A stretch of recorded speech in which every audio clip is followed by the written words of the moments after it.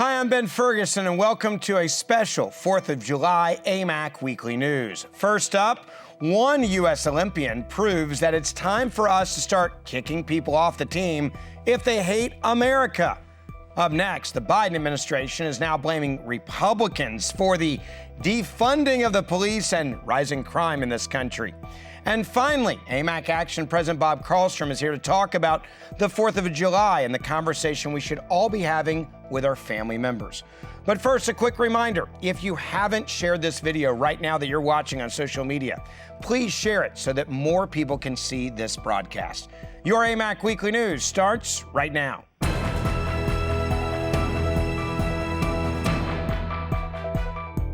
As we're about to celebrate one of my favorite holidays of the year, the 4th of July, there's also something else that's about to happen that I absolutely love, the Olympic Games.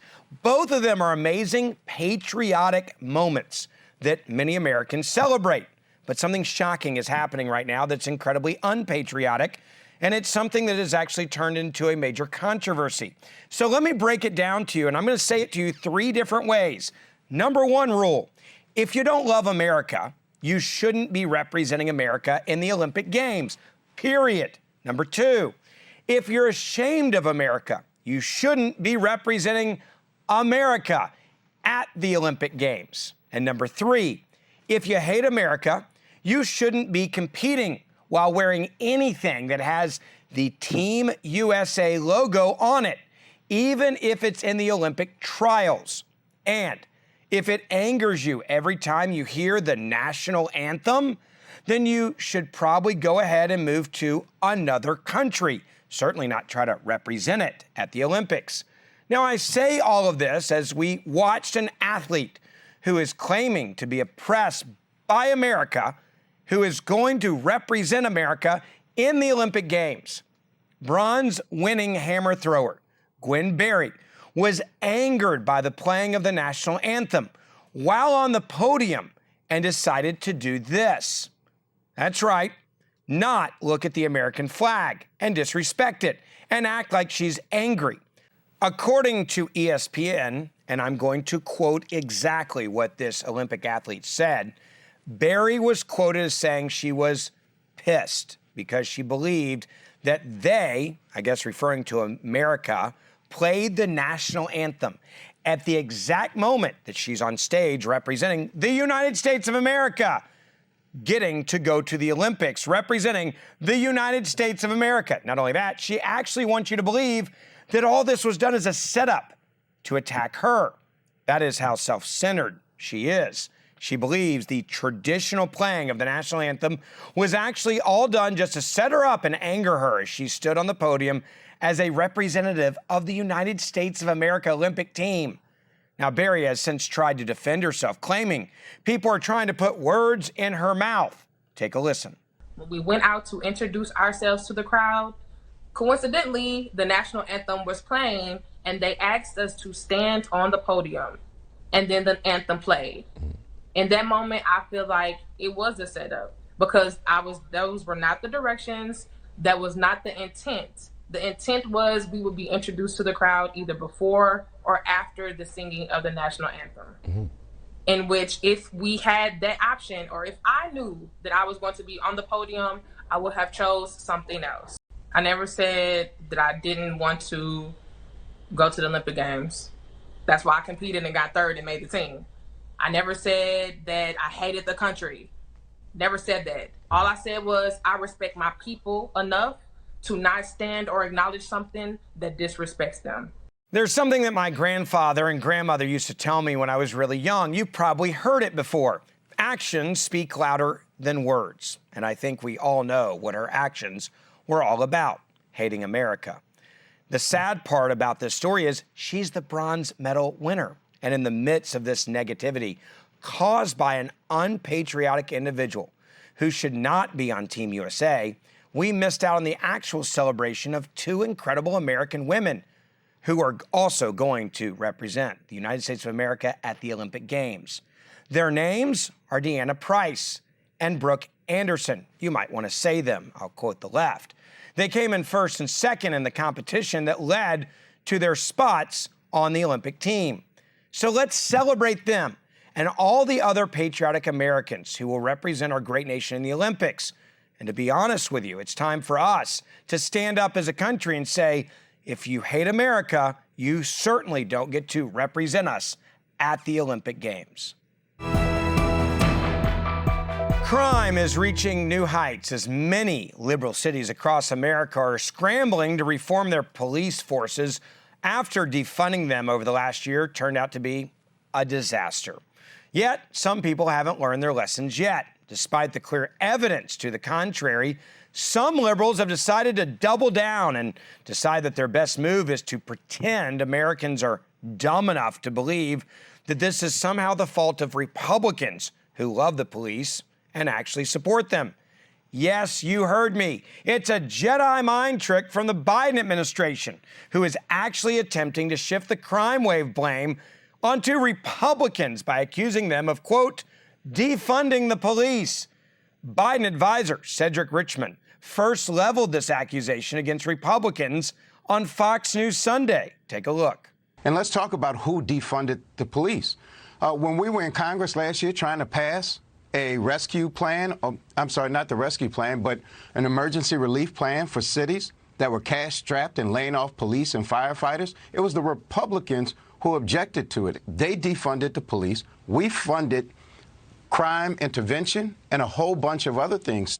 I'm not sure if they actually think that Americans are dumb enough to believe what they're trying to sell us with this insane story, or maybe they just know the media is going to cover for them if they just say it over and over and over and over and over again, that eventually the controversy around defund the police will somehow magically disappear. Now, if what you just witnessed wasn't enough, during a White House press conference on Monday, the White House Press Secretary Jen Psaki had this to say in response to a question about Richmond's assessment.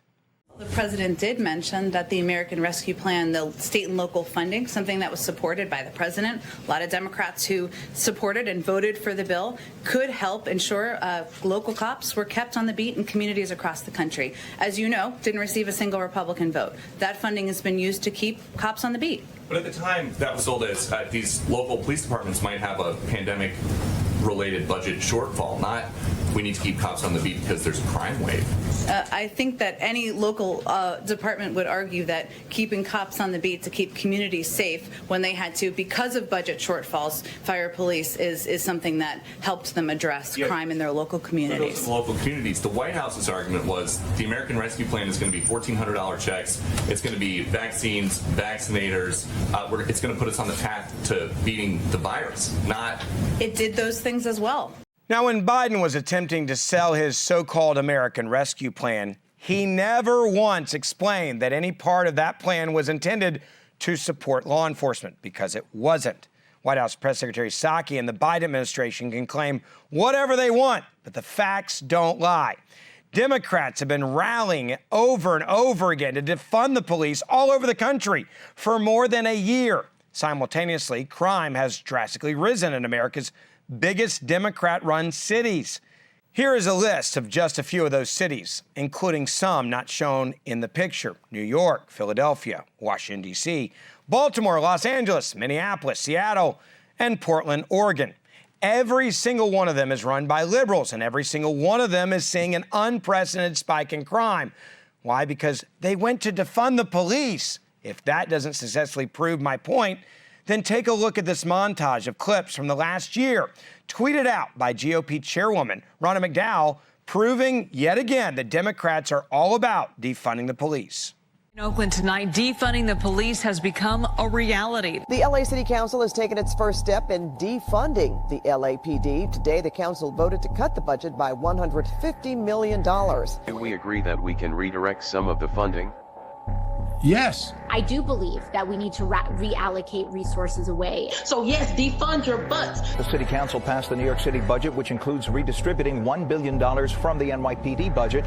Yes, I support the reallocation of resources from NYPD. We have to reimagine public safety. Not only do we need to disinvest in police, but we need to completely dismantle the Minneapolis Police Department. The Austin City Council making major cuts to the Austin Police Department, voting to slash about $150 million from APD. Yes, I support toward a radical reimagining of community safety and public safety, which means reallocating and not further investing in a carceral state. And so when we dismantle it, we get rid of that cancer. So the next time you see on TV the idiots telling you that somehow the Republicans are in favor of defunding the police, remember what you just saw. There's another side note about this story that's bigger than just crime. It's our founding fathers. You know, July 4th is supposed to be a day you celebrate. You know what's scary? Many liberal cities now are preparing for a crime wave over the July 4th weekend. Think about that for just a moment.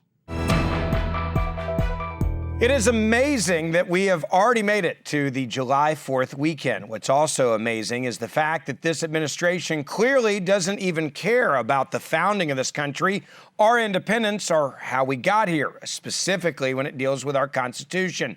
Joining me now to talk about this is AMAC Action's Bob Carlstrom. Bob, you look at just this last week and you saw the President of the United States of America literally trampling our Constitution, implying that Americans really don't have rights to defend themselves and they don't have the right to stand up to their government.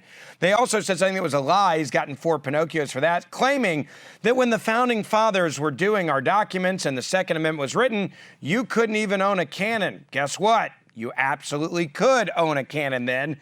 They're just making it up as they go.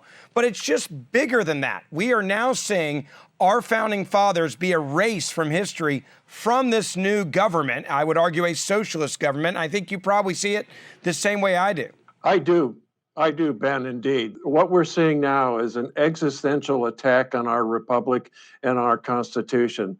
They have no regard for the sacredness, if you will, of that document, which is a distillation of centuries of political thought and to build a structure and a foundation to guide this country going forward as a republic. And they tend to ignore that, even in their most recent voter legislation, which the media, strangely enough, calls voting rights legislation, but it really tramples on the constitutional right of the states to define the electoral process for their states and in their citizens. Total disregard of that. And I think what is so important for Americans to understand that this Constitution is a fundamental document, the greatest document perhaps in the history of the world since the Magna Carta.